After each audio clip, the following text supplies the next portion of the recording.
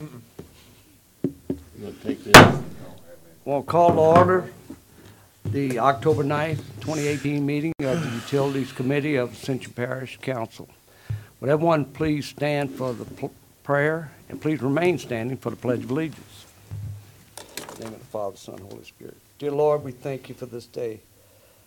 Lord, we ask that you look upon the people of Florida and the East Coast at the impending storm they have on them. And Lord, we ask that you continue to hold your hand over the people in the Gulf South region and the people of Ascension and the people here in South Louisiana, and watch over us. Lord, as always, we ask that you extend your hand through the night and watch over all the people in the military, law enforcement, and emergency personnel as they try to take care of us and give us the right to do what we're doing here tonight. We ask this in the name of your Son, Jesus Christ. Amen. Amen. I pledge allegiance to the flag of the United States of America and to the republic for which it stands, one nation, under God, indivisible, with liberty and justice for all.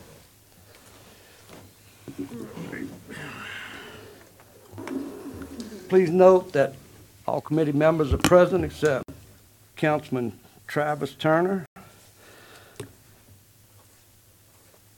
We have no chairs addition tonight. Anyone wishing to speak on an agenda item, please sign in, and we'll give you time when that item comes up. We'll move right into the director's report. Mr. William Daniel. Thank you, Mr. Chairman and members. We have a lot going on. As you are aware, we were successful in getting the USDA grant. We're working on that. I received the almost final draft of the Highway 2244 sewer project. We've met with Dr. Brown of DEQ on that. It looks very promising. We're looking at Germany Road sewer project. We met with Hartman Engineers yesterday. Doesn't look as promising, but we're still moving ahead with that.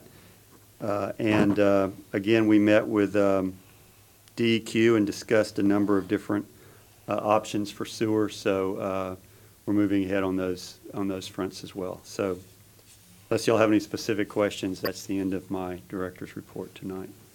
Thank you, sir. Do we have any questions for the director? I just want to, real quick, audience and everyone, we had some, thank you guys, thank you for the hard work. We had some real good stuff that came out on the USDA grant.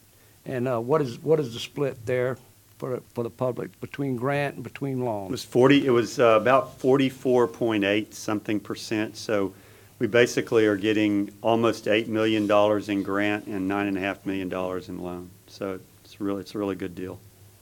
Good deal. If there's no further questions, we'll move on to agenda item number 6, approval to proceed with full council and amendment to Chapter 10 franchises to add Section 10-27 Point Capilla Electric, PC Electric, granting and assuming a non-exclusive franchise to PC Electric for the distribution, delivery, sale, and/or supply of electricity and/or electric energy and/or electric service to any and all residential, commercial, and/or industrial customers. Mr. Daniel. Thank you, Mr. Chairman and members. This is an item that we discussed a month ago, and it was sent to the full council.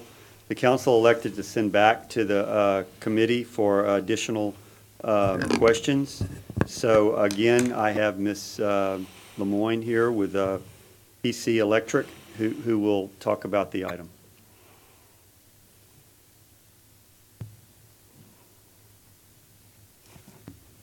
Good evening, Mr. Chair, members. Thank you for entertaining us again this evening. If you will recall, last month we were here, and you graciously moved our non-exclusive franchise onto the full council. That was a Tuesday.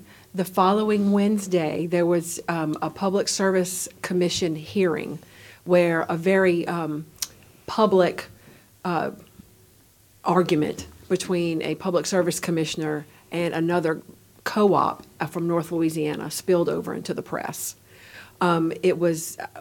We were called and told that out of a out of an abundance of caution that the full council did not want to take up our franchise agreement at that time because of all the blowback coming from the press of the Public Service Commission. I have some letters here for you, if I may approach and hand you some Sure. letters.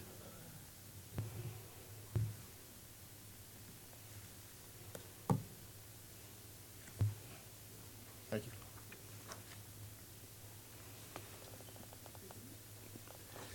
Would you please give one to the secretary for,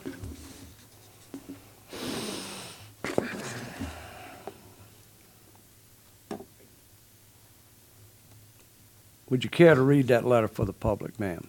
Yes, sir, I'll be happy to. This letter is from Public Service Commissioner Craig Green. He is the commissioner who services Point Capella Electric, and it reads, Ascension Parish Council members, I write today to help clarify the action taken by the Louisiana Public Service Commission at the Commission's meeting last month on September 19th as it pertains to Louisiana electric cooperatives, including Point Capella Electric or PC Electric. I would specifically like to make clear that no Louisiana electric cooperative has been placed under audit or investigation by the Commission for any wrongdoing. The Commission has initiated a review of all Louisiana electric cooperative practices and procedures, focusing primarily upon the election and compensation of the members of their boards of directors. The directive issued by the Commission is not singling out any cooperative for any practices believed to be imprudent, unethical, or illegal. Should you have any questions regarding the status of PC Electric or any other Louisiana electric cooperative, please feel free to reach out to my office. Best regards, Commissioner Craig Green. I also have Mr. Green's executive assistant, Mr. Bo Staples, here. If you have any questions that you would like to address to him. I do. Great. Would you like for me Yes, for him to come ma'am. up now? Would you come to the podium and please introduce yourself, sir? Thank you, council members. My name is Bo Staples. I am the Chief of Staff for Public Service Commissioner Craig Green. Here to answer any questions about last month's proceedings. Yeah, I got a quick question because I, based on being the chair and what we brought in front of this committee, we moved it to the full council. In the interim, as Mr. Warren had stated, there was, press that came out and public statements within your commission about the cooperatives, okay, and that based on looking at how they handle their business. Yes, All sir. right, and I'm gonna just go ahead and explain myself because I'm pretty much quick to the point. Is the fact that I don't within our parish right now, our primaries are Entergy and Demco, and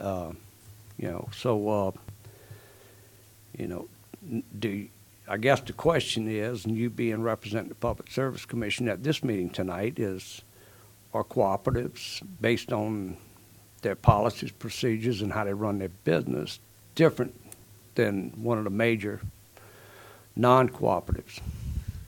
So, It seemed that was in question that night. right. So IOUs, investor-owned utilities, the largest one in the state being Entergy, they have a board of directors. They are compensated. They have shareholders that they pay dividends to within the year. Electric cooperatives, Demco is an electric cooperative. They're Right. the largest in the state, I think about 110,000 ratepayers. They have a board of directors. I believe they're compensated a per diem, insurance, certain travel expenses. And they do not have shareholders to pay dividends to. The money flows back to the members of the cooperative. If you're a Demco ratepayer, essentially any profits made by Demco are reinvested in the system, but they're not paid out to anyone except the members. As far as what was brought up with Commissioner Campbell, who represents North Louisiana, pretty much everything north of Alexandria, Right. Monroe and Shreveport, Ruston being the major metropolitan areas.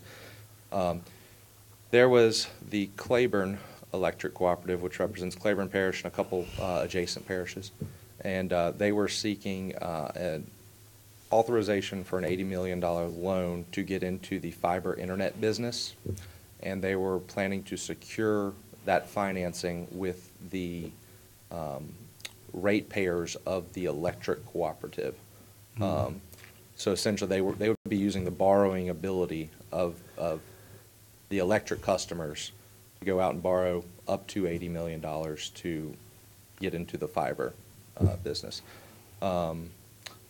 There, I don't want to speak for Commissioner Campbell, but he had disagreements with the Claiborne Electric general manager, and one of the things he looked into was the general manager's compensation, which is public record, what the board members of that cooperative were, how they were compensated, insurance, travel. There's a national electric cooperative association which hosts a conference every year. And most of the board members go attend to become better board members. How do electric cooperatives run? Because any member, if you're a DIMCO ratepayer here in Ascension Parish, you could run for their board. They serve 3-year terms and be elected, and now you're one of 12 or 13 people that run a power company, essentially. So they have seminars and forums. You could argue that you could bring those speakers down to Louisiana to educate your board members if you wanted to. I don't know what the cost of that would be, but that's pretty much the spat that occurred on September 19th. So the commission as a whole decided that we were going to look at the election of all board of director members for all electric co-ops, look at what their compensation was, if it was a flat annual salary, if it was a per diem, if they receive health insurance, life insurance, what travel expenses are they allotted, are their spouses also covered by these travel reimbursements, and so that is what was initiated. It is a we want to reevaluate. I think there's 10 or 12 electric cooperatives in the state. Let's see what everybody's doing. Judging by the rates, the news you hear and the reports you hear in the news of certain co-ops, I'm not here to bash anybody, but the improprieties that have been reported on, you can kind of see, like, maybe this cooperative hasn't turned over their board members. Their average board member stay is 25 years. Maybe this other one that we believe is more efficiently run, that they have term limits of 8 years or 12 years. But it's kind of an across-the-board review of best practices, and possibly the commission will review that, and they could possibly decide to set new standards for the election of the board members, set new standards on compensation. The election of board members is governed by a state statute. So we'd actually have to go to the Capitol to get that change. I think it's Title 7 or 4. I'm not an attorney, but from what we've been looking at for the last 2 or 3 weeks since that meeting, we're starting to get a handle on it. And thank you for that explanation. And I got basically 2 clarifications I want. We know the big power companies, the Nationwide, the whatever, that are publicly traded. That they run under SOX, under Sarbanes-Oxley, all clarity and everything, and they have, of course that evolved based on Enron, and it's for the protection of the stockholders. It may be a misconception. So, how the co-ops are run. You understand? Yes, that sir. They're more of a closed group and not necessarily a body of one when they go to vote to do something, but basically they agree to do it, okay? And not necessarily, I don't know, so it's my ignorance, and I'm always going to plead ignorant right here because I want the public to hear what's going to be said, that they don't have to go back to all their rate users or their stockholders or whatever. That's a conception. I'm not saying that that's the truth. So, and my second point, I may want to let you answer the first one before I go to the second point, but the first point, let's just stay with that. Or is the co-op's business handled on the state level as far as laws like the publicly traded companies are? They are not. So I believe Sarbanes actually applies to publicly Right. traded companies. So Entergy, yes, they're publicly traded. CLECO is another investor-owned utility that was formerly publicly traded, and now it's privately owned Right, by a yeah. private equity firm. I believe SWEPCO is part of AEP, and they are publicly traded. They fall under Sarbanes-Oxley. The co-ops are not publicly traded. They are member-owned utilities. Member-owned. And they have to put out their annual financials to their members at their annual meetings. They have to file annual reports with the Public Service Commission.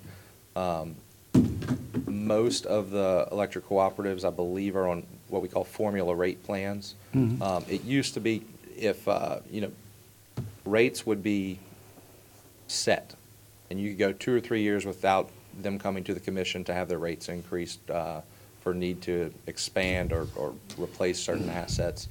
But I believe that most of them now are under what we call a formula rate plan. We say you are allowed to earn, let's in a cooperative's case. I don't know Point Capiz exactly, but an Entergy is set about 10% rate of return, and a co-op's generally between 2 and 3%, because they don't have to make the return for their shareholders. So we'll say 2.5. That's what your target earning level is to meet your revenue requirements, and we'll put a bandwidth of 2.75 and 2.25 above and below. And if you stay in that bandwidth, you keep your 2.5% rate going into the next year. If you over-earned, we'll knock it down. If you under-earned, we'll bump it up.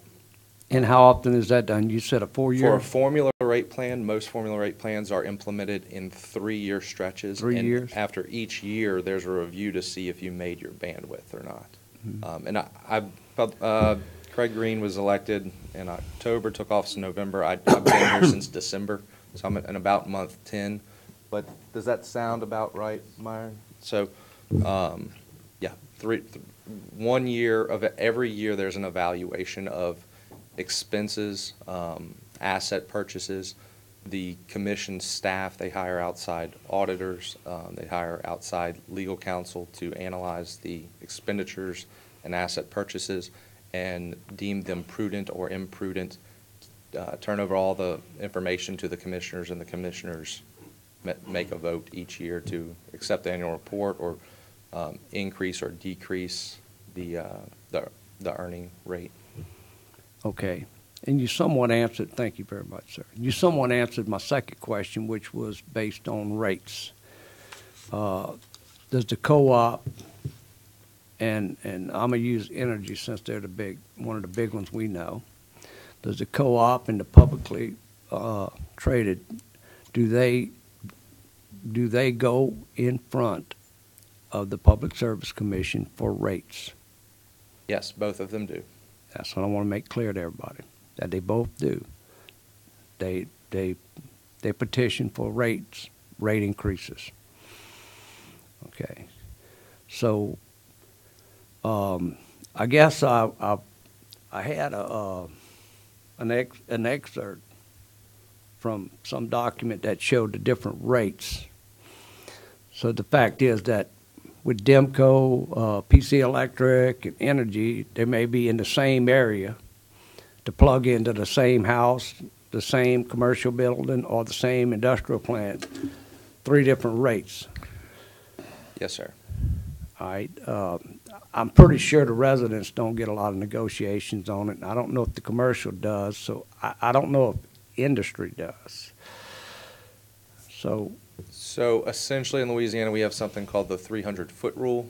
Okay. If you are constructing a company or a home or an industrial site, if where your point of connection, essentially where your meter is going to be, is within 300 feet of an existing utilities line, if it is within that, you are obligated to purchase power from whichever company owns that That line. utilities. If you are not within 300 feet of a football field, then you have customer choice. You can go to DIMCO or Entergy, or if this application is approved, PC Electric, and say, I am opening up a gas station, a Walmart. What kind of rate can you offer me? So, I mean, you do get customer choice at that time. If a developer is developing a subdivision, and I'm not sure how it works as far as if it's the nearest home in that subdivision or where the egress to that subdivision is. I'm not exactly certain how that works. But I believe the developer would be able to choose the utility provider at that point. Yeah. Because in all honesty, I have, me personally, and I'm gonna let everybody else speak pretty quick, but I don't have a problem with competition, okay? That's what we live in, a capitalistic society for us, competition, and hopefully that works out better for the consumer at some point, or the person receiving the services. But if there's an area, I think Mr. Joseph has a large area on the West Bank that's trying to get something going on. So is that like an area where somebody just drops in if there's nobody there and they pick, say, Point Capee? And so they got that whole area, or do they have the customer? How do you get in? They're not going to go over there for one customer unless they're worth the money. So Louisiana moved in to a regional transmission organization called MISO. Right. In 2012, 2013, 13. So and that is essentially a market for power, that they are kind of the air traffic controllers of planning who is going to generate electricity and provide it to which areas of their footprint. And MISO runs from the Canadian border all the way down here to Louisiana. And in that, the transmission lines, so most of the transmission lines, I believe, in Ascension Parish are owned by Entergy. Entergy entering MISO, those lines are now controlled more or less by MISO. They determine where transmission upgrades are needed to reduce congestion or bring power to an underserved area. But there's something called, I want to say, open transmission access that occurred when we went into MISO. So if DIMCO or PC Electric wanted to supply a site that was not within 300 feet of an existing line for anyone, and that customer came to them and said, we need power, what's your best offer? At that point, both DIMCO and PC Electric and even Entergy would say, well, we would need to tie into the nearest transmission line. And regardless of who the name of your, that's on your meter, that would be on your meter, they have to be granted access. Now, they have to pay a transmission tariff. They have to pay for the right to tap in and to use that line to get their power from their generation source to your site. Now, they might give you a discounted rate on the transmission compared to somebody else, but they might have a higher price. So it's kind of whatever. They might have 3 packages to pick from at that point. But essentially, anyone is granted access to that transmission line. That's what MISO kind of changed the game as far as that. So in other words, if PC Electric was chosen by a client, and say Entergy was the nearest power line, then it would be up to PC Electric to go negotiate with Energy. So I And, believe, and is that regulated, at how much that can be bumped up Right. or whatever? so I believe all of Entergy's transmission was moved into something called Entergy Transmission, a separate subsidiary of Entergy Right. Corporation. I might not have it exactly, but essentially, they are supposed to operate independently of Entergy.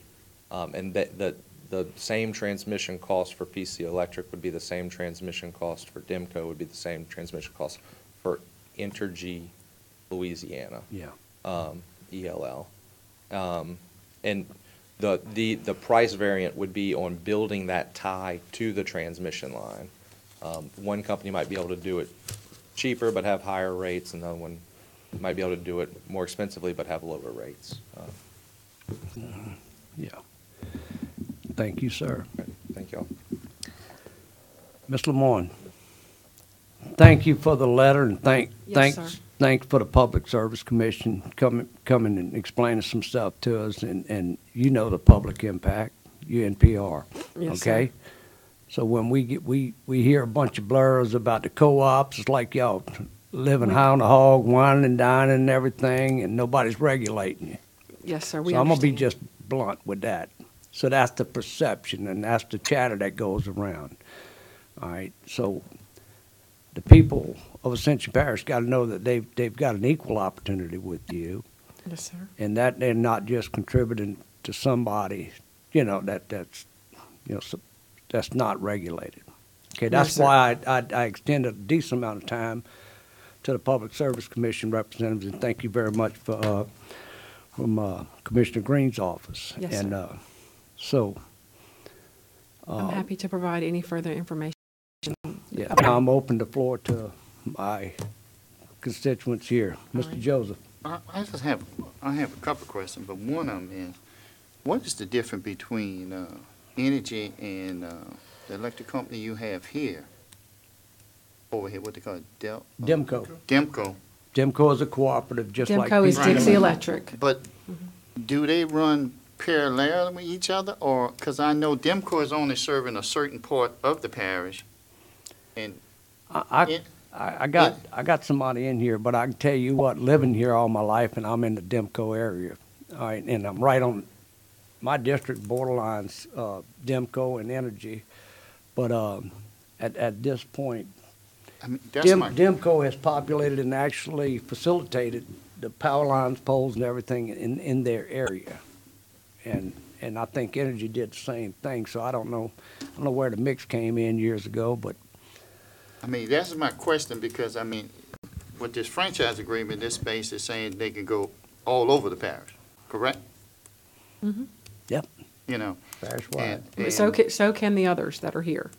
There's nothing stopping them from growing and expanding either. If they have the same non-exclusive franchise as we're asking for, we're just asking for the same thing. If I'm not mistaken, Mr. Bennett, did you say we had any franchise, exclusive franchise? It's my understanding we have no franchise agreements with any power company. The only franchise agreement that I know of we have is with Parish Water Yeah, or Ascension Water. Mr. Daniel can elaborate on that, but to the best of our knowledge, we haven't seen one. So that's, And that's, yeah, you can sign in my question is, with the secretary. Where do we what is the sign? young lady? There you go, Dave. You need a Oh, here you go. Little papers. Which one? You want a green one? Want a green one? There you go. Anyway, so what, Mr. Daniel, if you can clear this up, do we have a franchise agreement with Demco or Energy within our parish? Because I think we got an energy representative who wants to talk, that's talking about a 99-year Right. that we have. It's going to outlive me, I know I that. don't think it's I would have to defer to Entergy. I was told we had a franchise agreement with Demco, but I don't know for sure. So Yeah. So I would rather not I'd rather not opine. And that question is asked because I'm gonna be honest with you, this was a discussion, had a meeting with PC Electric maybe about a year ago, sit down with them, and at the time, we was talking about that industrial park. Yeah. And apparently, we couldn't, you know, it was just throwing ideas, and PC came there and said, hey, well, you know, we can provide energy there. That's right. So with me was just thinking about my industrial park, not mine, but the parish industrial, Yeah. my district. And then the next thing I know is that we're talking about a franchise agreement. And so I didn't really do any research on it and really do any detail on this whole project until, you know, it hit the newspaper. And then now it's like, hey, wait, hold on, let's let's see what we got here, what we going in, and let's do a little bit more homework on this.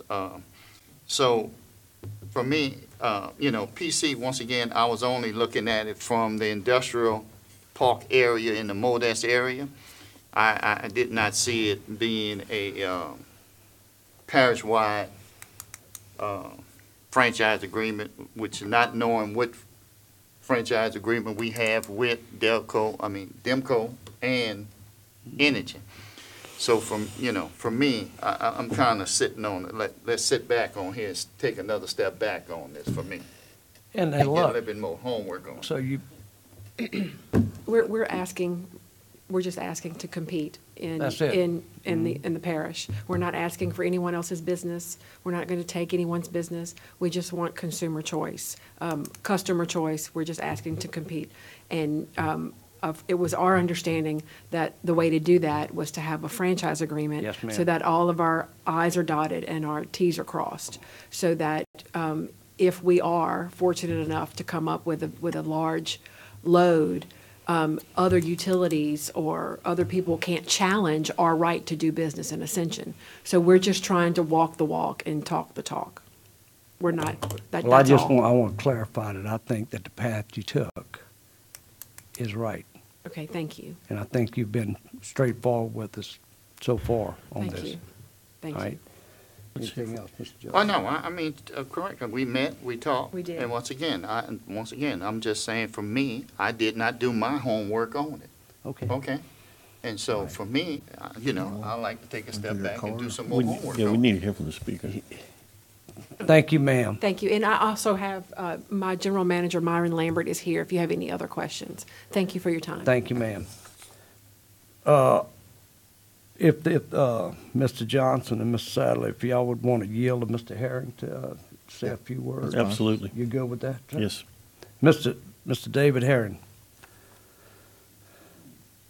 from 7 Oaks Avenue. Thank you very much. I appreciate it. It's good to be here. Good evening to each one of y'all. Sir, real quick, Yes, sir. just for clarity, we know where you work. Are you here representing yourself or are you representing Energy? I'm here representing Energy. Thank you, sir. We appreciate it. But I will tell you, though, I am a resident of Yes, Ascension you are. Parish. I've raised my family in Ascension That's right. Parish. I am now in the process of raising my grandkids in Ascension Parish. I'm not from out of parish, okay? No, So you good. I know each one of y'all, and y'all probably each have my phone number. So Yes, anyway, indeed. that's what we strive on. Got you on speed dial. Okay.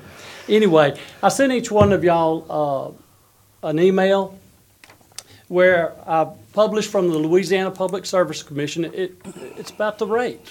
We can talk about air out dirty laundry, but I won't point fingers because I'm sure they'll be pointing back at us too, 'cause, you know, Don't things spit like in that. there. But That's it. let's go to the black and white. And this is, I sent each one of y'all, published monthly by the Louisiana Public Service Commission, and I put the utilities, I highlighted them. I'm not sure if you saw it. Did you see the, If you could bring it to us. And I printed mine out. It's in my vehicle. Please leave one with the Give me secretary, one, man. David, I'm just trying to pull it up. One with the secretary. Mr. Daniel, would you like one of these or with the rates on it? well, he can't have mine. I gotta have, I'll give Well, you when I give- finish, Mr. Daniel. How Madam, about Se- that? please give Mr. Daniel yours, please. Anyway, I'd like for him to follow in the conversation. Entergy is not afraid of competition. Okay, different people and utilities say we're afraid of competition. We're not. You look at our rates, we're the cheapest in the state, okay, right at the bottom. In the nation, we're usually in the top 10. Look at the other ones that are here tonight and the other ones that are not tonight. PCE is almost 20% higher. They're trying to build a foundation for higher rates on the West Bank, okay? You let them in, they get a point of service, they can expand from there. When they expand that service, they're correct. Chief of Staff did a great job. Thank you. 300 foot is established. You don't have a choice. You're going to take, their rates are actually even higher than this because they got approved last month for another rate increase. So even though they're almost the highest, they're even higher than this right now. And you look at the difference. Your constituents on the West Bank in the Modest area, Councilman Joseph, if they get over there, they really don't care about your residential customers. To drop their costs, they've got to sell more of their product. They either got to have a bigger customer or a bunch more. So they got to expand. They got to get these customers within a 300-foot rule, build it, and when they do that, those people don't have a choice, okay? That piece of Modest property, I don't know, is it 7,500 acres? It's a huge tract of property. 25,000 acres. 25,000? It's It's huge. 17. So there's no acres. utility over there within 300. I mean, you could put it in different. It timed you out. I'm gonna give you a little. I'm sorry, but anyway. I'm gonna allow you a couple Okay. seconds more, sir. I won't get. Please I wrap it just up. want you to look, and this is by the Public Service Commission, and I'm with Mr. Joseph. This is something that needs to be educated more and more. We'll be glad to meet with y'all and talk to y'all about it because it's really serious. With the rate like this, you allow this in here, they're trying to go for the large industrials. We've been here close to 100 years. It's important to y'all because the co-ops pay a much less taxes than what industry does. So if somebody's going to get that industrial customer, if ever it comes out, it's to y'all's benefit to have, one, Entergy out there because we have the cheapest rates. Two, we also pay higher taxes on it too. So keep that in mind. It's all about rates. If you get a company that has the highest rates in there, no company, no industry is going to move in there because they're going to say, why do I want to go there when the rates are so high? And I have to take that. But if they get a point of service in there, that'll happen. So, and the rates for your constituents are going to go up 20%. So I thought that'd be interesting for y'all to know. Thank on you, that. sir. We I appreciate it. If y'all have any questions for me, I'll be glad to address them. Thank you, sir. Mr. Sadler, you've got a question? Yes, let me begin by apologizing to my colleagues and the chairman, because I said I wasn't going to say anything about this. I still got that $100. And this is probably poor form on my part to even put in the record. One of them wanted to bet me a $100 bill that I would say something. And you are my councilman too, so you do I have to go understand that. easy As on soon me. as you said Seven Oaks, sir, I lit up like a Christmas tree. But I will just tell you that I planted I'm glad that, I didn't make Doc. the bet, Randy, and I guess I disclosed it would have been with our chairman.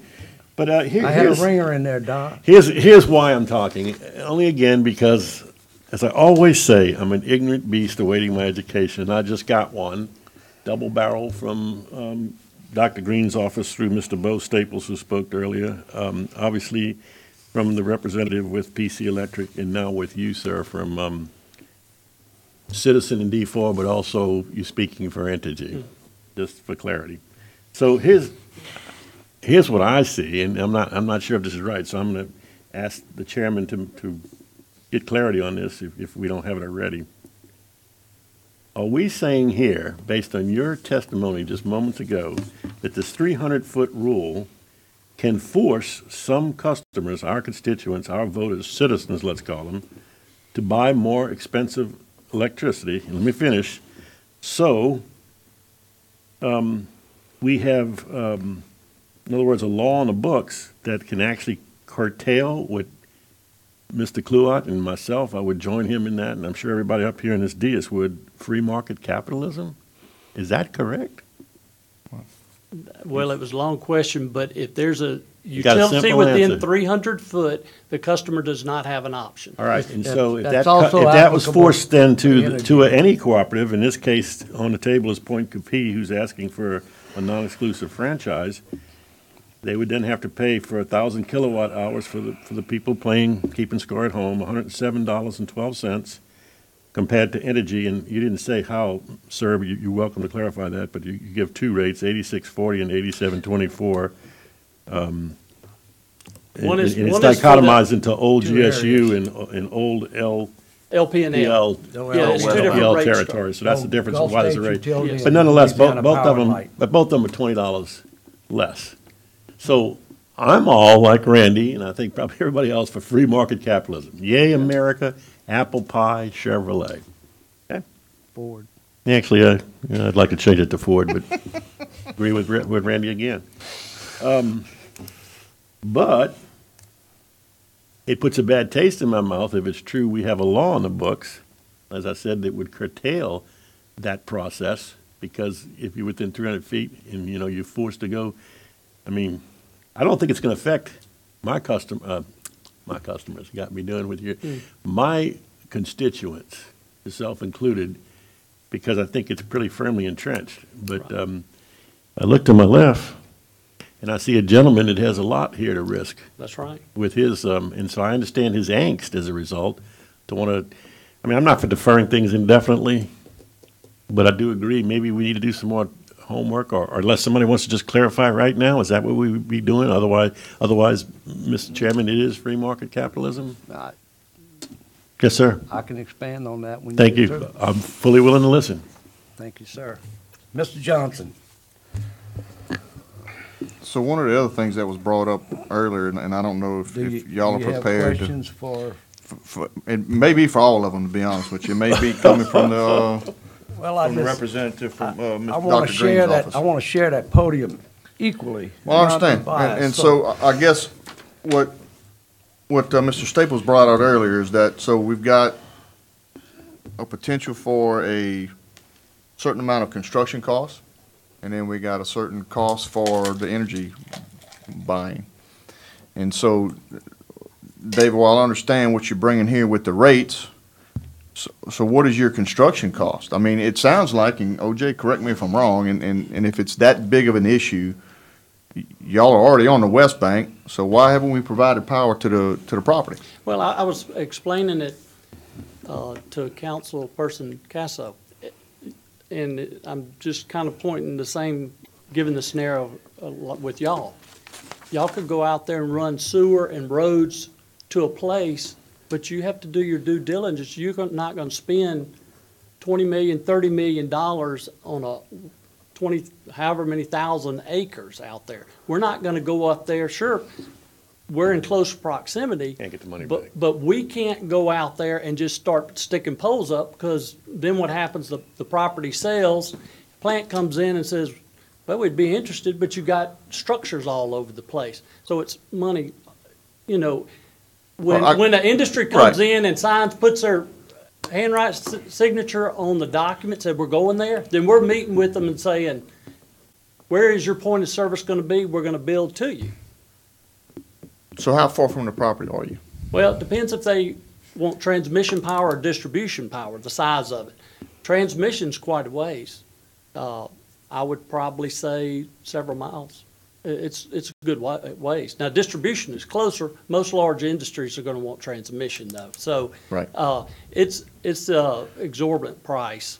But that's why, I mean. So how do you base your cost on construction? Is it by mile or by foot, or how do you do it? Well, because you got to acquire right of way. It's normally what they say at one time was it was almost $1 million per structure. When you say structure, you're, Just like the large structures that you see, the transmission structures. Say if you go down Burnside, on underneath the interstate, Yeah. the big 500 line, because you got the structure itself, the wire, the right-of-way that you have to acquire, all the servitude. At one time, it was $1 million. And so to run several miles, you're talking about quite a bit of money. You just don't do that because we have to answer to the Public Service Commission. And if we're not responsible, then we'll get hit with the cost on it ourselves. So Okay, so from the Point Coupee folks, how much is y'all construction cost on that kind of stuff? Myron Lambert, General Manager for Point Coupee Electric. Thank you, Myron. The projects we're currently working on in West Baton Rouge and Iberville Parish, working with Entergy Transmission, we roughly see $1 million per mile of line. Given, I agree with everything Mr. Herron said, and Entergy's a great company full of great people. Competition brings a better atmosphere to economic development to recruit these companies. In that regard, we're asking for that opportunity. So when we work with Entergy, it's not like Entergy's not compensated. We pay a tariff. And in MISO, in 2013, Entergy joined MISO. In 2016, Entergy exited their system agreement. That all being said, the transmission system is regulated by FERC, which is 69,000 kV or higher, which is the open access, correct?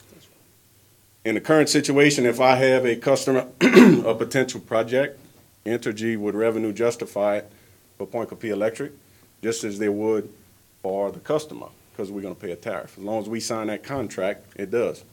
So when industry is dealing with Point Coupee Electric, just like a builder, right? We negotiate costs, we negotiate terms, facilities, charges, just like they do, and the customer makes a choice.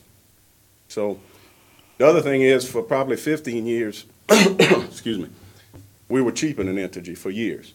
We're 18 years into a 25-year contract, and it'll be the first time that cooperatives in 2025 will have an opportunity to go to the market and get market-based power, true cost. We won't be tied to a generator. We have the opportunity to build generation. We have an opportunity to buy from Entergy. We have an opportunity to buy from CLECO. And at that point, the customers have choice. They have further choice. So we do fluctuate on that residential bill comparison, but we bring opportunity for competition. Thank you. What else you got? That's good for right now. Thank y'all. I got more appreciate it questions. very much. OJ, Randy, Yeah, what you I'm got? sorry. I'll- I have one question for y'all. yes. And I don't know whether I saw it right or not, but when it came before the council a couple of weeks back. Yeah. And y'all bypassed, it looked like y'all were gonna babysit, piggyback their franchise agreement with Livingston Gas and Utility Company, is how it was. I was a little bit confused on that. Sir, I can tell you this, unless somebody wrote something somewhere that I didn't read, Uh-huh. out of this committee, it was not a piggyback Okay. agreement with anything, and nor was it mentioned in the council meeting when it came up. That's what I want to know. Thank you. I did get I texted a couple guys about franchise agreements. The answer I got back from one of them, as far as we know, we've got the agreement with the cable companies, and that's it. And Ascension Water. There's no other franchise agreements that I can find that Okay. the parish has with any utility. Um, Sign a card, Can I ask you a Where- question? Yeah. Yeah, sign the card. Go ahead. You want to ask, I you want to speak to Mr. Lambert? I just want to Okay. ask him a question. Yeah, quick come up to the question. I podium, mean, please, sir. Yeah.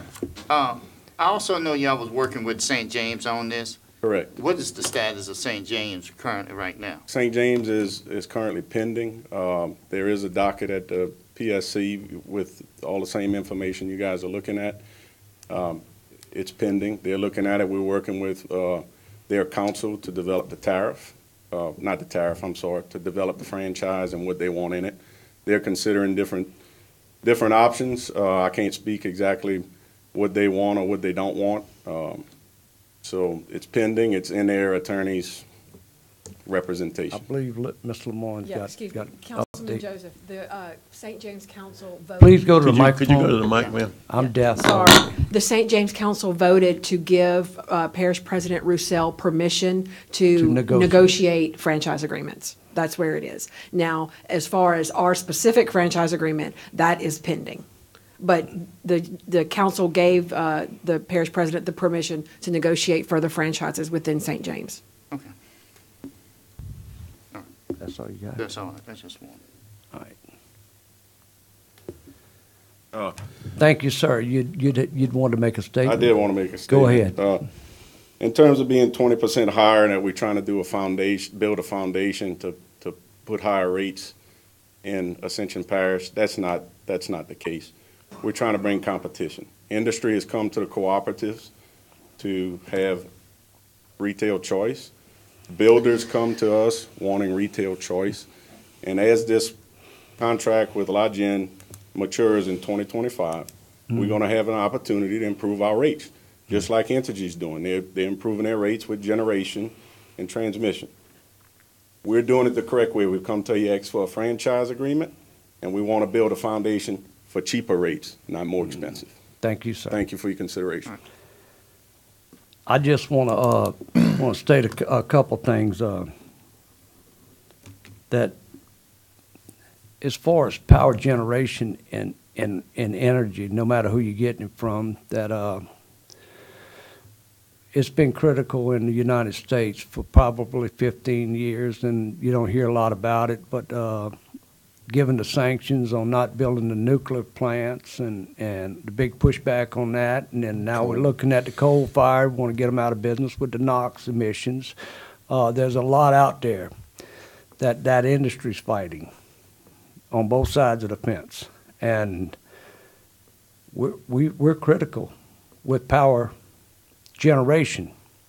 So we're reaching max capacity in a lot of places in the United States. And as far as the power distribution, that's one of the reasons why some of these national laws have taken effect, is that to guarantee good power service to everyone. So all these organizations that they've mentioned that, that the acronyms you've used today, there's a lot of federal regulations on that. So I understand, PC, if you're under a contract and you got to burn that contract down before you can find another source, and hopefully you're working on that. Given what we'd left out of this committee the last time and went to the full councils, because we basically 5 of us right here, and we want the voice of all 11 to represent the whole parish. Mr. Joseph admitted that they got a big property over there last year. He was talking, and it came up. So they're looking for somebody that can do infrastructure. I mean, I know one of the industrial facilities that I'm affiliated with right now, that we got an expansion going. And it costs a lot of money. Power is the main thing that drives it. So we're going to be no less than 2.5 to 5 million on an expansion, okay? So I would think that we did get some clarity tonight that there's no pending litigation nor there pending investigation coming from the Public Service Commission representative here against Point Capee. PC Electric. I will reinsert my values in good competition and capitalism, and I would think that the more we have, the better prices people should get, but that's not always the case. So sometimes that's why we have the Public Service Commission, and we have people in Baton Rouge on up to D.C. to try to look at these laws and make sure the law doesn't just covet the company owners, it helps the consumers. But Mr. Joseph, I would think that in your area there, and if we develop that and we're both still here, that we would have some say-so in the fact, are you gonna grab $100 kilowatt hour, or you can grab 80, So I believe that's a choice that people have at the time.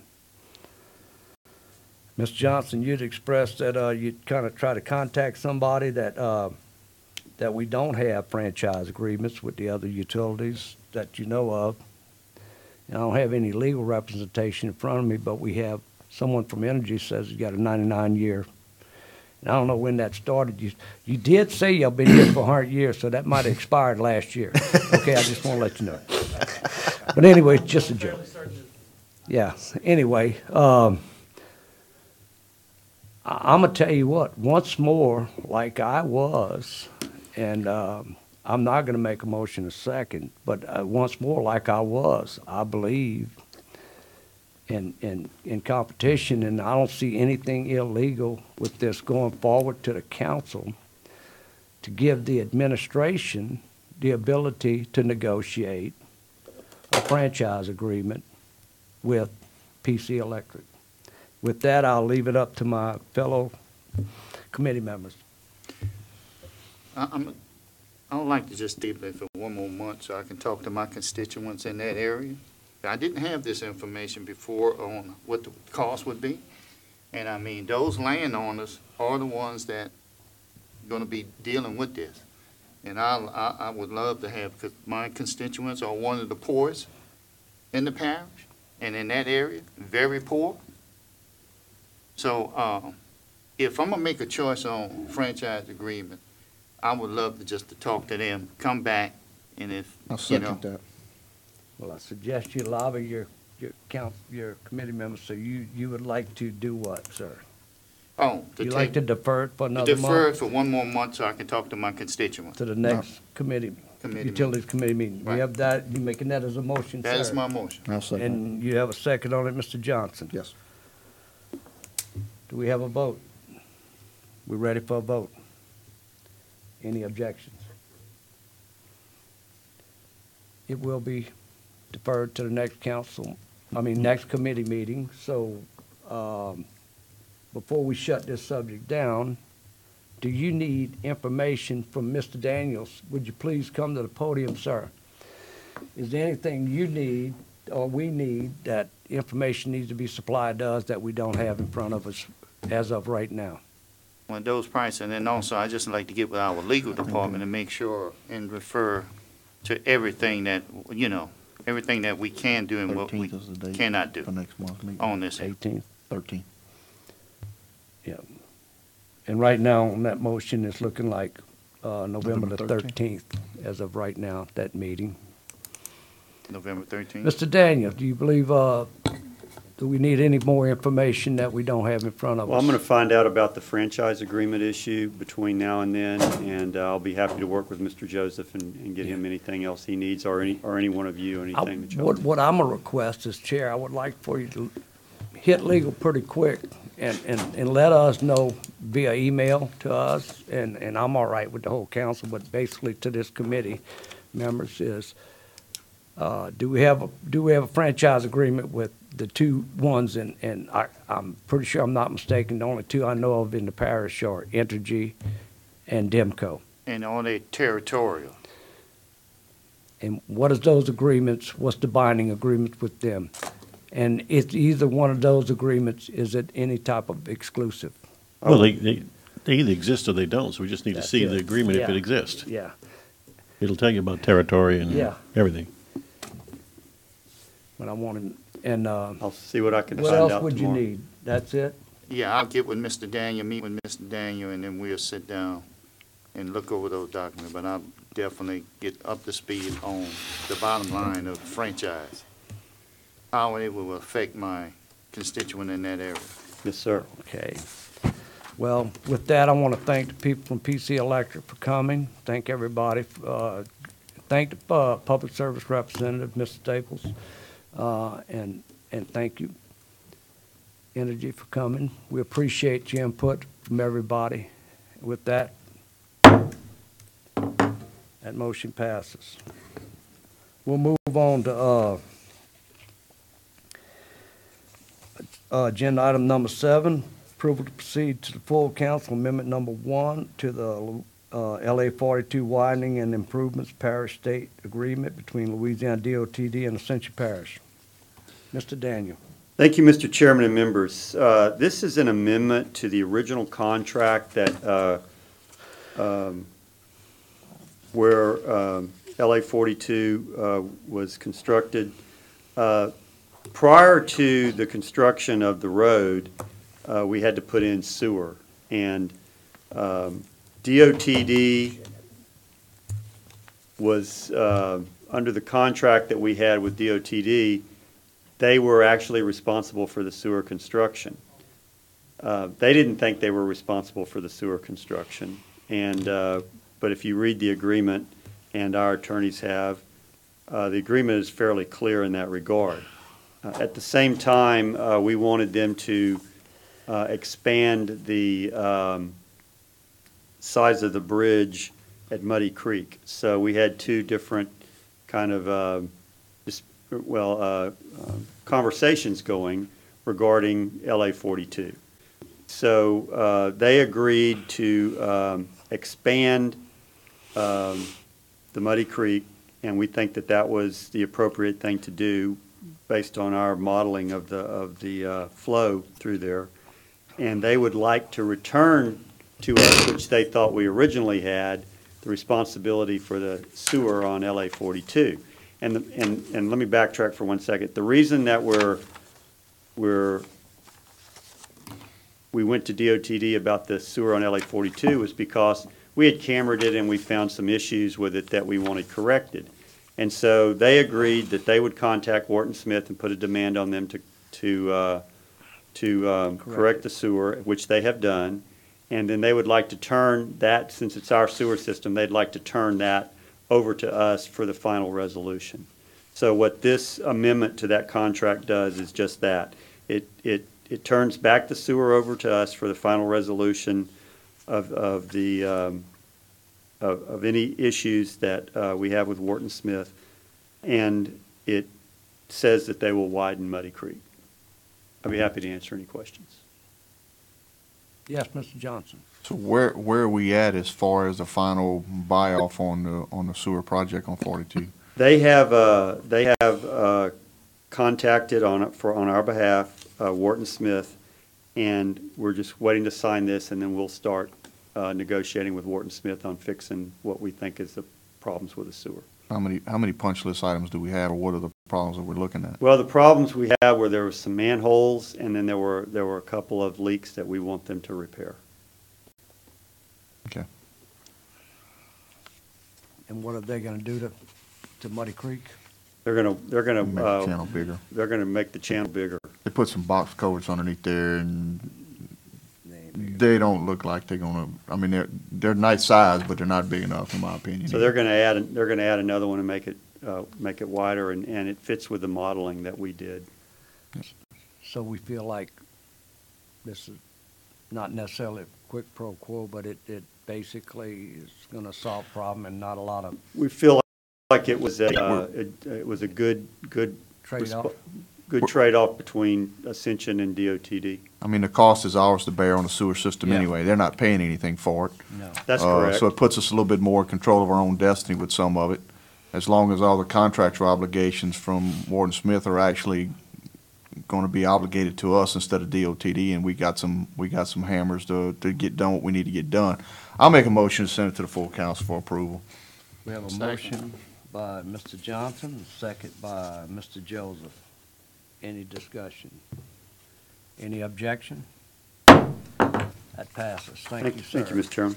We'll move on to agenda item number 8, approval to proceed to the full council amendment to chapter 18-11 of the Central Parish Code of Ordinances, subdivision 3, public sanitary sewer. Mr. Daniel.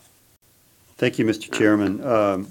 So we've been talking about the sewer ordinances in the parish. We want to go through and we are in the process of sort of rewriting those ordinances to make them, I think, a little more in line with what we have today.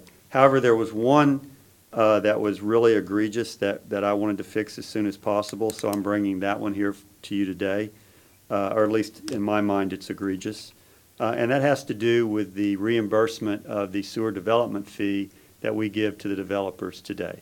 Mm-hmm. So currently, if you develop a subdivision in Ascension Parish, and this was done by resolution, which also set these rates, What I should say, that what we did was we took that particular resolution and we are now putting it in ordinance, and I think that's the more appropriate place for it to be. But when you develop a sewer, a subdivision in Ascension Parish, the resolution said if you turn that system over to the parish, we'll reimburse you for the cost of the collection system, the pump stations, and any lines that connect to the sewer. Well, the only problem with that is if you're developing a subdivision, you have to build collection systems and pump stations already. So basically what we're doing with our sewer development fee is we're subsidizing the developers on their projects. And when we were going over the budget, it was painfully, very painfully obvious that that was eating up any chance that we had to do some of these projects like Germany Road and things like that, because all the money was going back. So what this does is correct that. It puts the sewer development fees in ordinance, which is, like I said, which is where I think they do belong. And paragraph E is basically says, if you turn it over, we'll pay you for connecting to the sewer, but not for all of those other items. Not for the infrastructure. Yes, sir. Make a motion, send it to the full council for approval. We have a motion by Mr. Johnson, to send to full council. Second. Second by Mr. Joseph.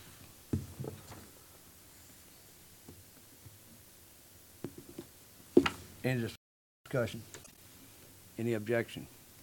I just want to,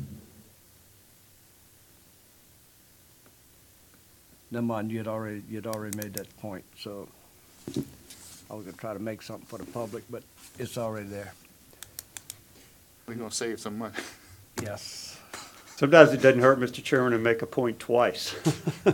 Well, drive that I think point one of the things for the public's mind, we wasn't Right. paying the people for the Right. treatment system. Basically, what it was the impact fees.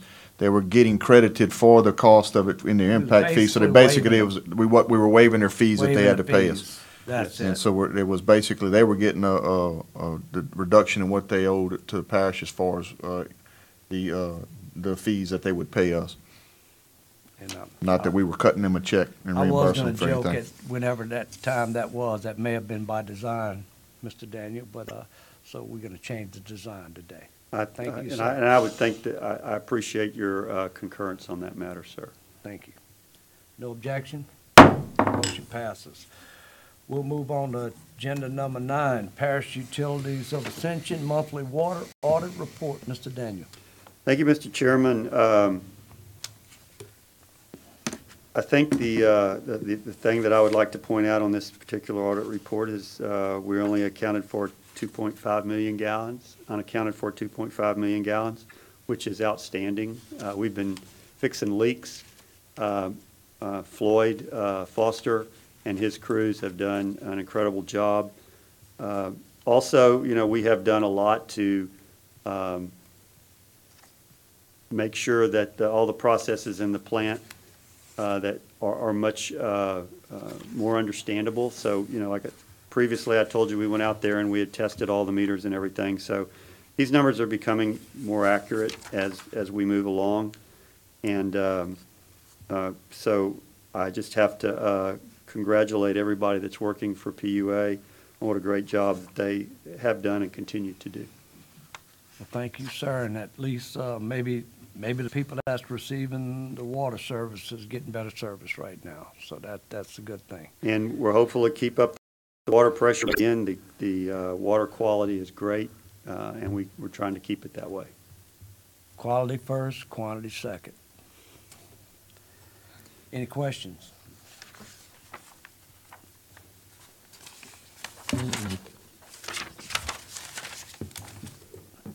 We'll move on to agenda item number 10, Parish Utilities of Ascension.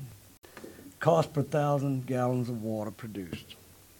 So, again, as we've discussed, this is going to vary up and down depending upon what hits the particular monthly charges. We had quite a few, we had some professional services, we had some repair and maintenance that kind of drives up the cost a little bit. But again, when we look at this at the end of the year and we pull out some of these one-time charges, I think we're going to be happy about the cost of the water. This USDA loan will help us get the cost down even lower and help us to continue to provide a better quality of water. I think the biggest thing we're going to see in terms of improving our cost is when we get all these new meters in. I think that's going to have a tremendous effect on our revenue. Because I'm fairly certain that the meters aren't reading as well as they should be. And also, we're not going to have as many salaries because we're going to be able to refocus some people into some other parts of Ascension Parish government because we're not going to need as many people. So we're becoming more efficient as we go along, and this USDA loan is really going to improve that. Thank you. Thank you, sir. Mr. Joseph? Mr. Dane, Yes, on sir. this per 1,000 gallons, are we doing the whole or just the whole PUA, or are we just doing the water treatment plant? This is the whole PUA. Okay. So this includes all the salaries of everybody that has anything to do with PUA, the business office, the Okay, so, all right, distribution, the production. right, okay. So can we just do what it costs us to produce water in the facility, where they make water at? Yes. I mean, that guy out there in that truck, going out there and all that, that is on the operation part of it. But I just, We were actually working on that today, Councilman. I'd called you to invite you to come to the kind of the oh, that's what session. that phone call about? I was somewhere else. Yes, sir. I'm sorry. So we had the Rural Water Association Okay. in the conference room, and we were working on looking at all of the costs, what it costs us to do, everything. We were looking at our cost structure, our rates, our fees, going over everything. So I have some information for you when. So, okay, when I get with you on the other thing, I need to sit down with you and talk, at least splitting those things up. Right, and it's really it's something that you can do, but it's really a little bit of work because we got to divide everything up and so. But it's obviously we can do that. So are we, I guess, what is the software we use now for all our work order requests? Cartograph. Cartograph? Yes, Are we sir. using it, or we are transitioning to that new deal? Well, I think that they use Cartograph on some. They used to use Cartograph on the leaks. I guess we're in the middle of transitioning to All the right. new work Okay. order system. So but, that just make it more harder, that's all. Well, you know, when you call Floyd and tell him where a leak is, he's got his own Cartograph system. I know that that's not the way we're supposed to do it, No. but he really does understand all that. Okay, so, all right, I'm good with that. Yes, sir. All right. I just real quick, I want to, back to what Mr. Joseph said, and you talking about, I know what he's looking for that dollar value, but I still want to know, because your budget is based on supporting this business model, so that's what you're doing now, is you're throwing everything you got in there. Correct. You know, every employee and all, and that's what it costs to furnish that service per gallon, okay? I know what you said, you talked to Rural Water, but we do it in industry sometimes. We'll try to pull everybody out and see what it costs us per gallon or whatever to make something. But at the end of the day, That's still unexpensive. you still need that group on the side. You know, you got the O&M side, you still need that M side, that maintenance side or whatever, and that distribution services, whatever it takes to perform that service. So they never become, so I'm a just caution on getting happy feet on the fact that it just costs this much to make a gallon, but the real number is what you're bringing to us right now. It costs this much to make a gallon.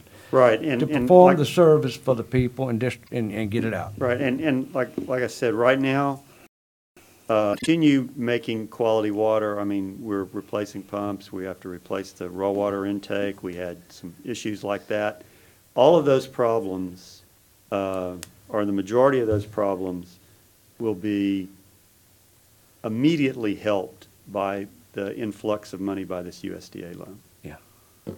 Well, I'm just saying, if you want to key in on your plant, then you put your pay meter on your plant, on your utilities coming in, and see how many gallons you throw out the other side, and put the operational salaries, all that, so I'm talking, preaching to Well, the choir. and as you point out, it is. And that'll help you get your plant efficient, but the cost of doing business sometimes is there. It Right. is, because we got to have that distribution point in there. Yes, sir. Mr. Sadly. Yes, thank you, Mr. Chairman. Thank you, Mr. Daniel. Good evening, sir. Good evening. So it looks like, William, that well, we're at $7.75, if that's a believable number, as a rate per 1,000 gallons. And it is the highest since January for the month of August.